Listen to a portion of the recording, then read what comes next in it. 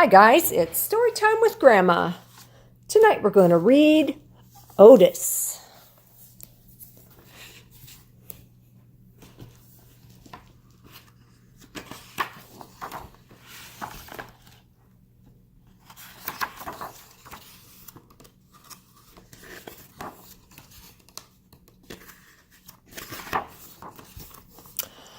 There was once a friendly little tractor.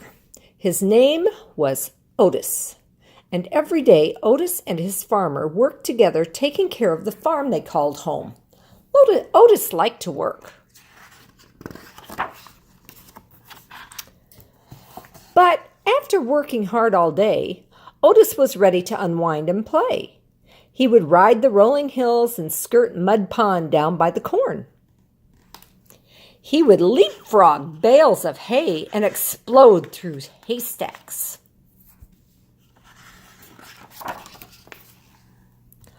On occasion, he would chase a rabbit or play Ring Around the Rosie with the ducks to the sound of his steady puff, put, puff, puffity-chuff. And sometimes at the end of the day, he would just sit under the apple tree and watch the farm below. Every night, tired but happy, Otis would puff into the little stall in the barn that was all his.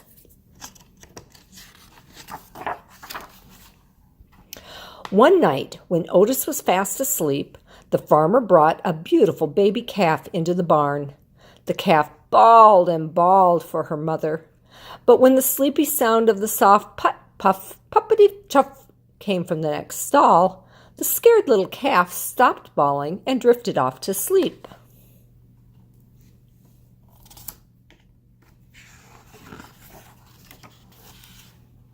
From that day on, the calf started following the little tractor wherever he went. Put, puff, puffity-chuff. She followed him over the rolling hills and down by Mud Pond. She was right behind him, leapfrogging bales of hay. And the calf made their games of Ring Around the Rosie all the better. Sometimes, at the end of the day, the two of them would just sit together under the apple tree and watch the farm below. Otis loved his little calf, and the little calf loved Otis. Then, one day, the farmer surprised everyone with a brand new yellow tractor. "Time to move out, Otis," the farmer said. He took Otis out of the little stall in the barn that was all his and parked him back behind the barn. Then he backed the big yellow tractor into the stall next to the little calf. But the little calf didn't like the big red tractor. He had a deep rumbling snore that shook the stall when he slept.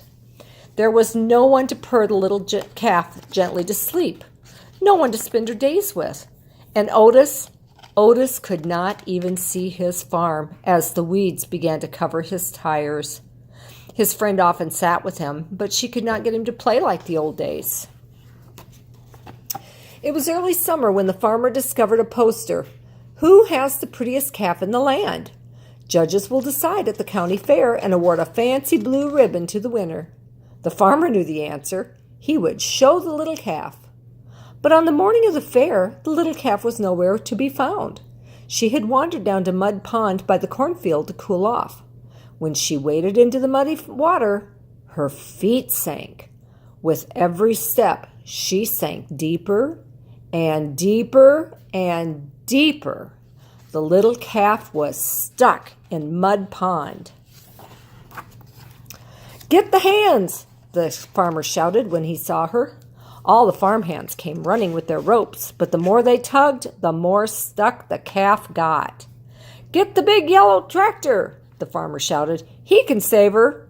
But the big tractor just scared the little calf. She sank in deeper and deeper. Nearby farmers began to gather. "Then call Fire Chief Douglas and the fire truck," the farmer shouted. "They can save our little calf."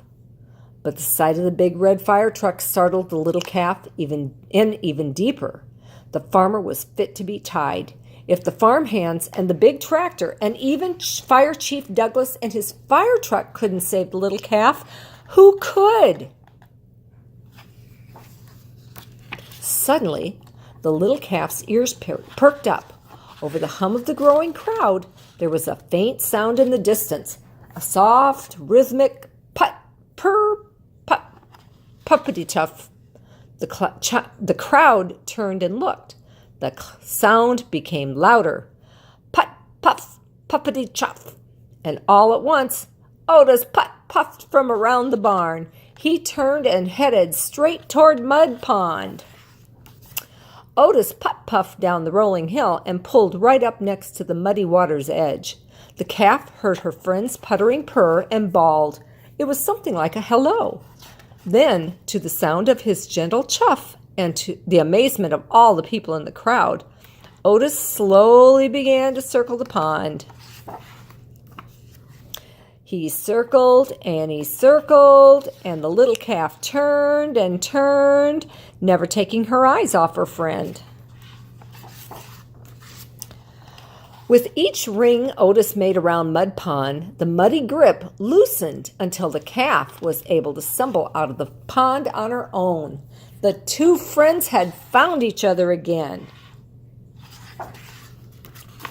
Otis led the calf right down the dusty road toward the village, and everyone threw flowers as they went, following them into town. It looked like a happy parade. No one needed a fancy blue ribbon to tell them that the calf was a special calf, and Otis was a special tractor, and the two of them were special friends.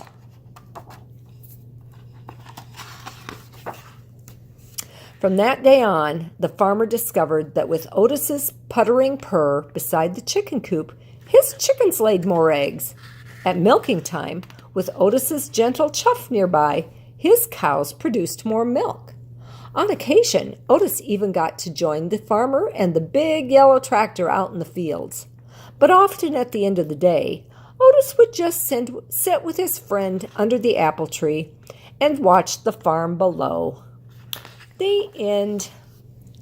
That was the story of Otis.